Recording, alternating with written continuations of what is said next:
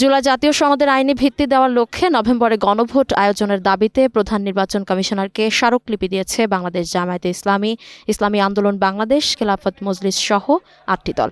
নির্বাচন ভবনে CEC AMM Nasir উদ্দিনের সঙ্গে সাক্ষাৎ করে ৮টি দলের প্রতিনিধিরা পৃথকভাবে স্মারকলিপি প্রদান করেন। স্মারকলিপিতে বলা হয়েছে, দেশবাসী মনে করে গণভোট ব্যতীত জুলাই জাতীয় সনদ আইনগত টেকসই ভিত্তি পাবে না, তাই জনগণের দাবি জাতীয় সংসদ নির্বাচনের পূর্বে আগামী নভেম্বর মাসের মধ্যে গণভোট সম্পন্ন করতে হবে। জাতীয় সনদের আইনি ভিত্তি দেওয়ার জন্য গণভোটের প্রস্তাব করেছে। আমরা আজকে ৮টি দলের পক্ষ থেকে প্রধান নির্বাচন কমিশনের কাছে দাবি জানিয়েছি, জুলাই জাতীয় সনদের টেকসই আইনি ভিত্তির জন্য নভেম্বর মাসের মধ্যেই গণভোটের আয়োজন করতে হবে।